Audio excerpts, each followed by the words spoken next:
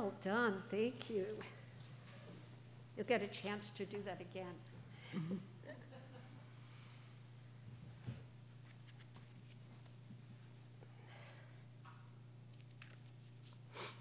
The reading this morning is from the Christian Bible, from the Gospel of Luke, where the Christmas story begins with a journey and a census, and from the Gospel of Matthew, where the story of the birth of Jesus begins with wise ones on a pilgrimage and a king who feels threatened.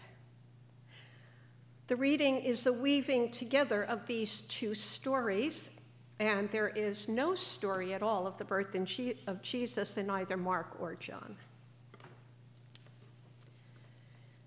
Listen, my friends, to the story. Once upon a time, a man named Joseph was required to travel from his hometown of Nazareth to Bethlehem, the home of his ancestor David, so that he might comply with the new census order. Joseph went with Mary, his wife, who was pregnant. It was a long journey for two people who very much wanted to be close to family as they eagerly anticipated the birth of their first child. When they arrived in Bethlehem, the city was so crowded, there was not a room to be found, and Mary knew that very soon it would be time for them to meet their child. Noticing Mary's exhaustion, a kindly hostel keeper directed them to the only shelter he had, a stable.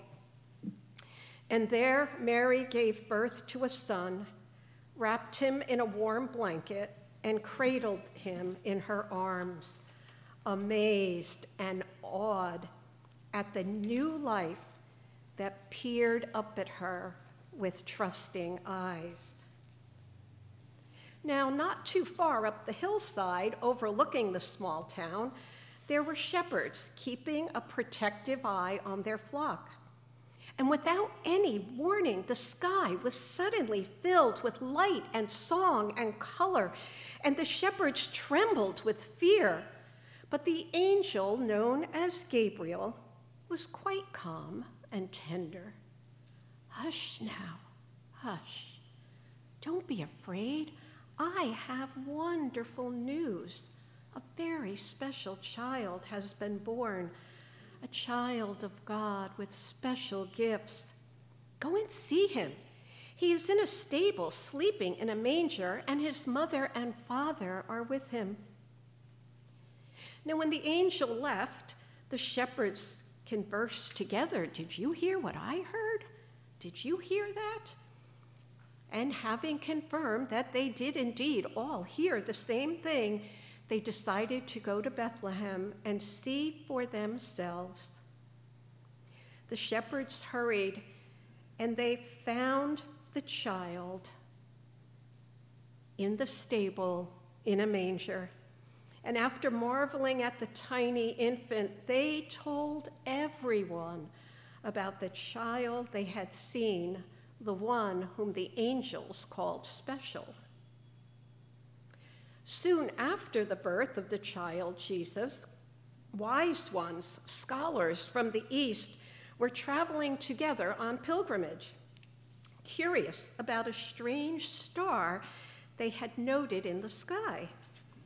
Such stars, you see, were often portents of special events, of a prophecy or a new wonder or a royal birth. When they arrived in Jerusalem, they sought out the king's scholars, hoping that they too might have noticed the star and perhaps discerned its meaning.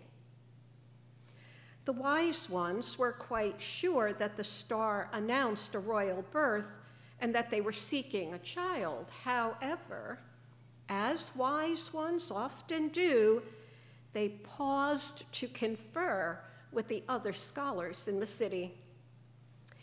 Now, their presence and their inquiry caused King Herod no small amount of panic. if another king of Israel or another royal personage had been born, where did that leave him? His wealth, his throne, his power. And so Herod pretended delight at the news and told the wise ones, yes, yes, please go and seek this child and come back and tell me where I can find him so that I too might go and honor him. And so the wise ones left Jerusalem, continuing to follow the star, and they found what they were seeking, a child of royal potential. They bowed and opened their gifts, gold, frankincense, and myrrh, and they marveled at his tiny presence. But they did not return to Herod, for they had been warned in a dream to bypass Jerusalem on their way home, and wise ones always give heed to their dreams. And when the wise ones left to return home, Mary, as mothers do, pondered all of this in her heart.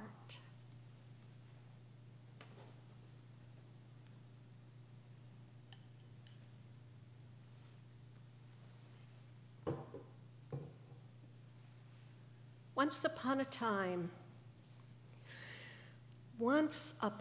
a time, how I wish we began the telling of all of our Bible stories with these words. It would be a reminder that the Bible holds some of the most beautiful and beautifully honest stories of universal human behavior and experience. Once upon a time, you see, invites us to find ourselves in a story and to broaden our vision of the more potential and the more possibility that dwells within us. Stories are the way we share our experiences of wonder and the mystery of life. And in that sharing, others are invited to explore and ponder their own life mystery, meaning, and experience.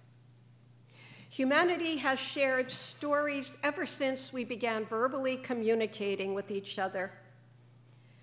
There may be precious few story categories, but there are countless variations on theme, context, culture, and experience. We have stories of romance, of quests, of the hero's journey, of good and evil, of transformation or coming of age. There are stories of fantasy and, of course, of birth. It is the variation created by the intersection of the story we tell or the story being told with our own life story. It is the variation created by the intersection of the story being told with our own life story that widens our vision and gives meaning to our days. And therein lies the essence of what I want to share with you today. Don't give up on the universal birth story known as the Christmas story. Don't give up on the universal story known as the Christmas story. It is an ancient archetypal story of birth that still retains its power to enrich and engage our life and our relationship with others. The story of the birth of Jesus began as a revelation of the extraordinary potential of human life. Like all stories, it is set in a particular context and a particular culture.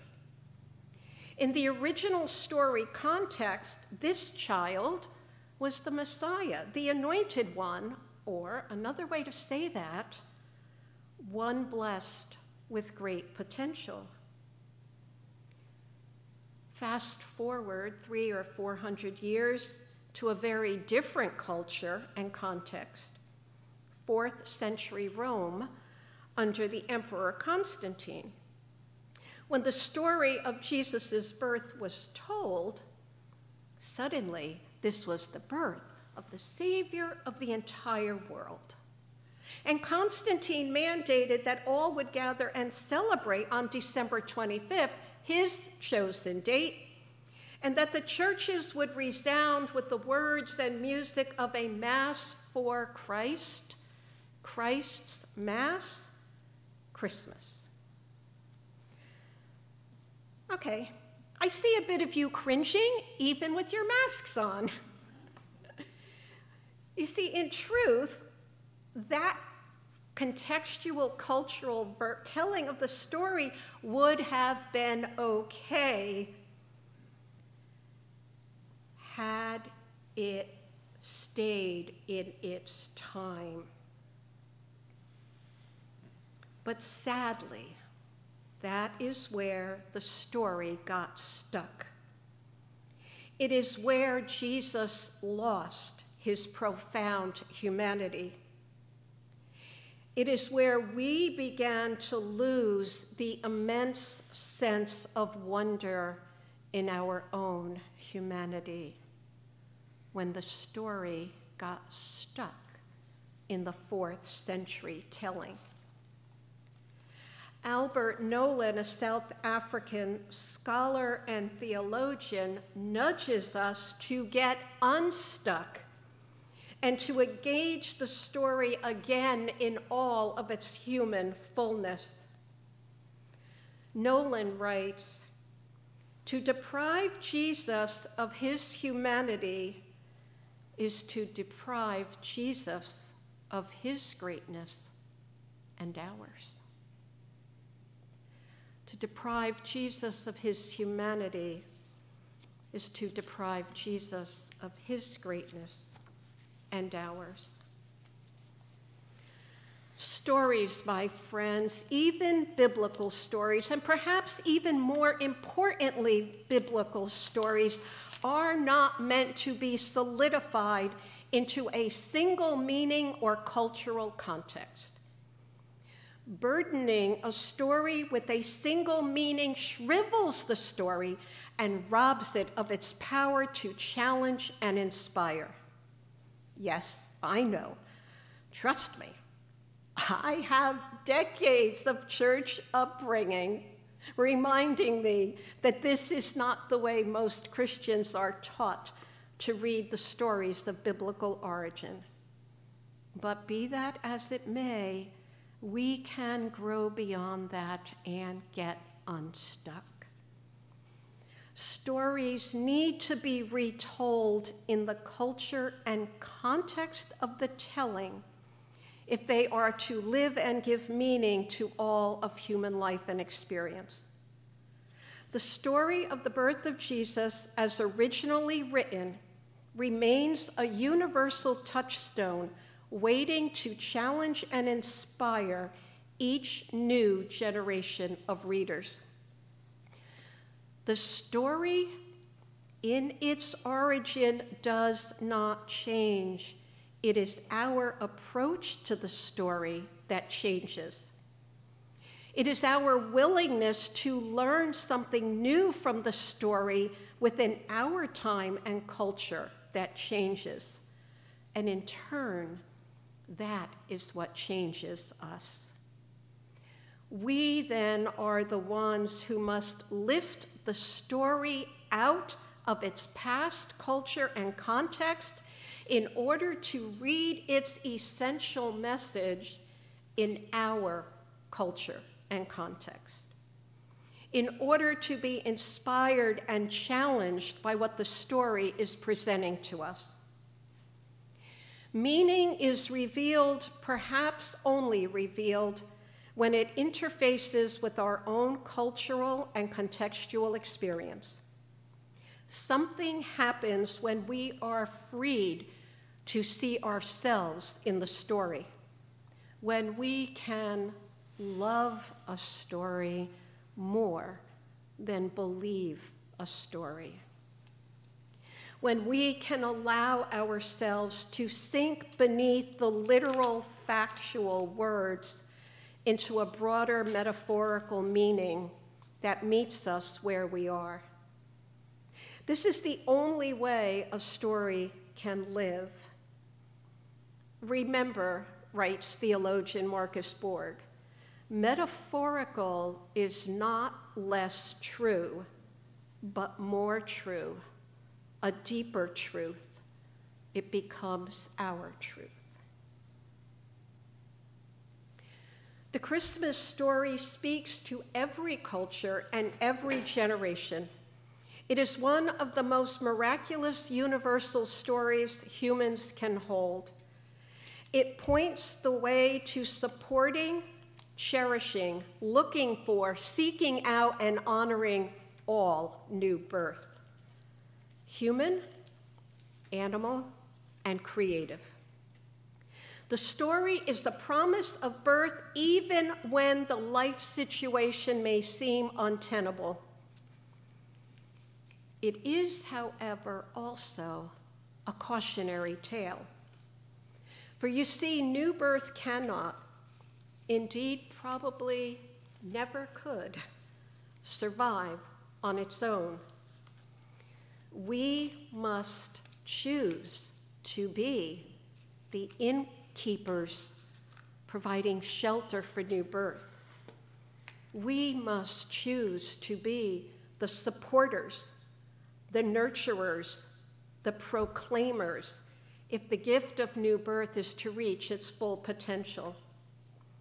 We must choose to be the nurturing parents, the shepherds who listen, the wise ones bearing resources, and the angel voice of announcement. Unsticking the Christmas story from its literal once-a-year telling on a cold winter night brings it to life in our time, in our culture, in our lives, and then challenges us to embrace new life supporting and new birth supporting behavior.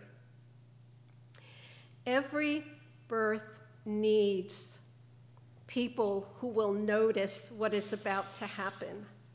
Every new birth needs those who will listen.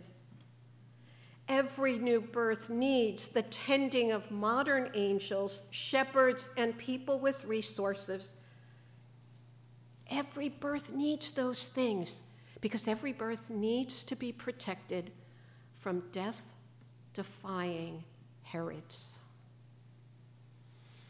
When we pause to look around, when we pause to listen, we will discover that new birth potential is as close as our own hopes and desires.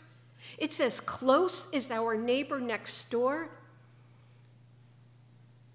It is also in the most unusual and surprising of places. My husband, John, who is not a Christian, recognized the universal truth and beauty of the Christmas story while on a trip to Nicaragua some years ago. It wasn't even December, and yet the story of the wonder and potential of universal birth unfolded before him in all of its pain and all of its power and all of its potential. He came home and wrote of that experience. Listen, my friends, to another Noel, the universal story of Christmas set in a 20th century context in Central America. Listen to the story's pain and potential.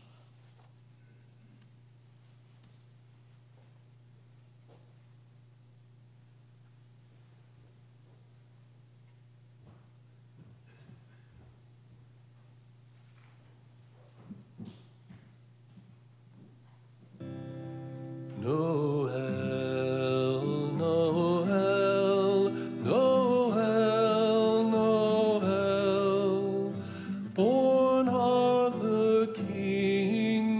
of Israel.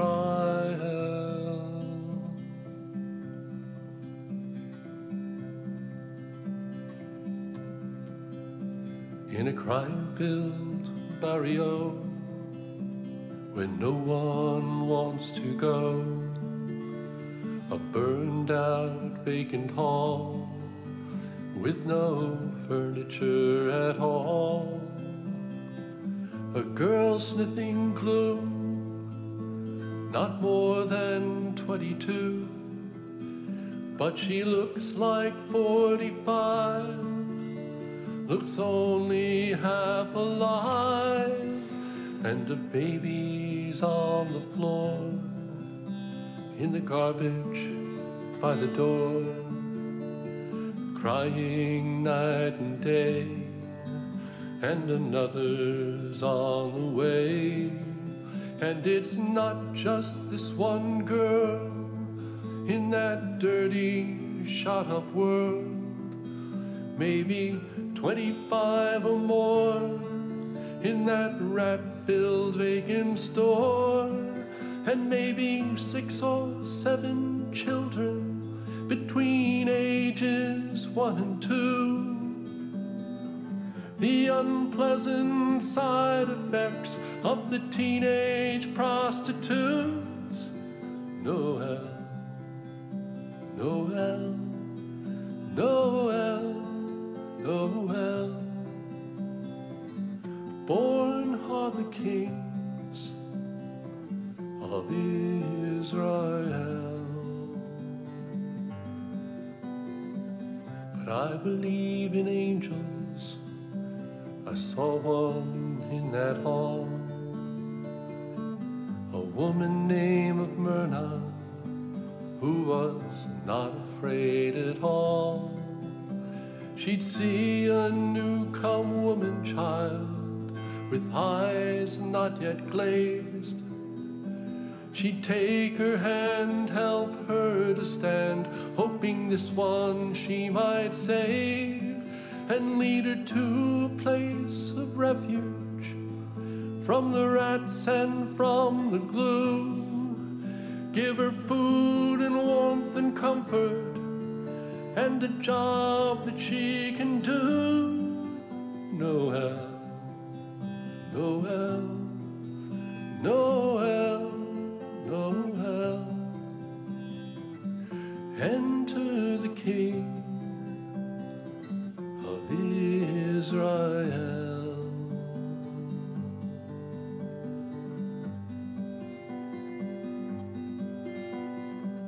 But Myrna cannot save them all, perhaps just 3 or 4. It's a desperate situation. No one could do more. And I saw this in Managua, but it could have been Mexico, New York or Rome or Shanghai, anywhere that you can go. But the point is not the tragedy, but that angels can be found, and even children in a stable can hear the hopeful sound. No help, no help, no help, no help. Enter the King of Israel. No hell, no hell, no hell, no hell. Such are the kings of Israel.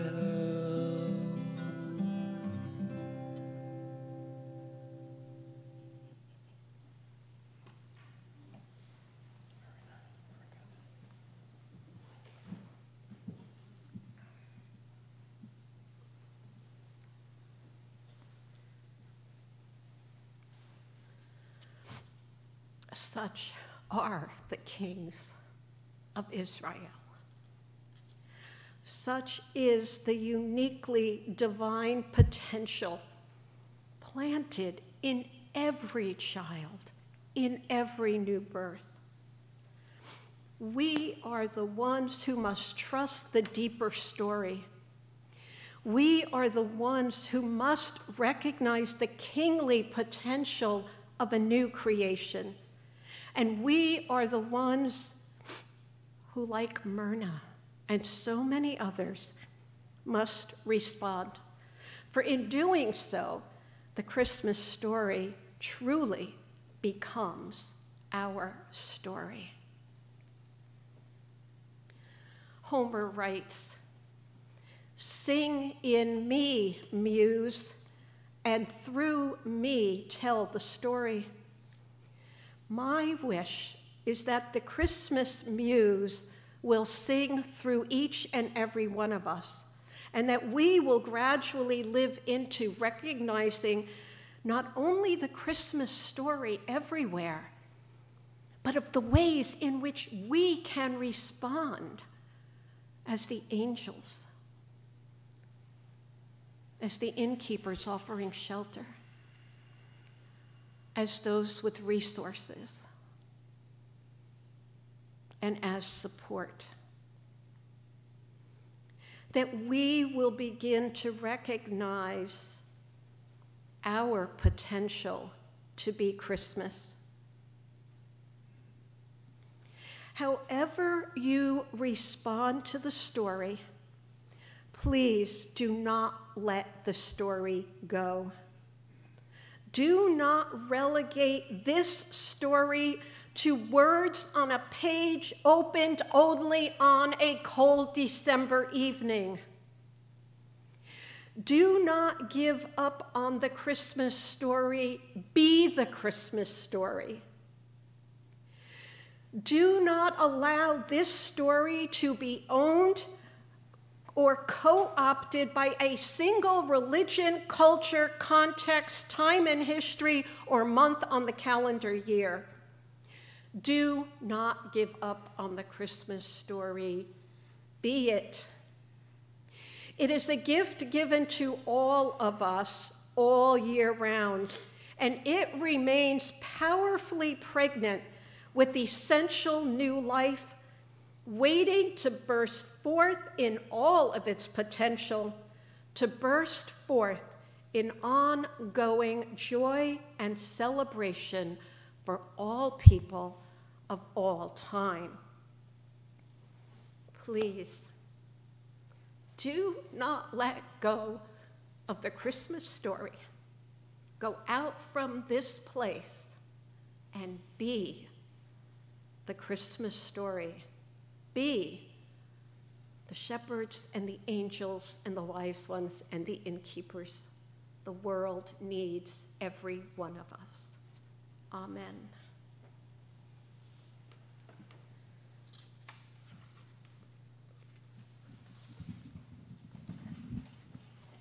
Thank you very much, Cari and John. I tell you, I met Myrna when we were out in Nicaragua, and she's truly an amazing person. And what she has created for those street kids in Managua is amazing, just fantastic. And obviously we've supported her for 25 years or more. And there's a lot to do here too. Anyway, so now it's the time for our offertory. And this is the time when we ask for your contribution to help sustain and grow our meeting house, whether you're now in our beautiful building or with us online on Zoom. Our ongoing fellowship and organization continues, and we appreciate your support. If you're in the sanctuary, there's a collection basket for your contributions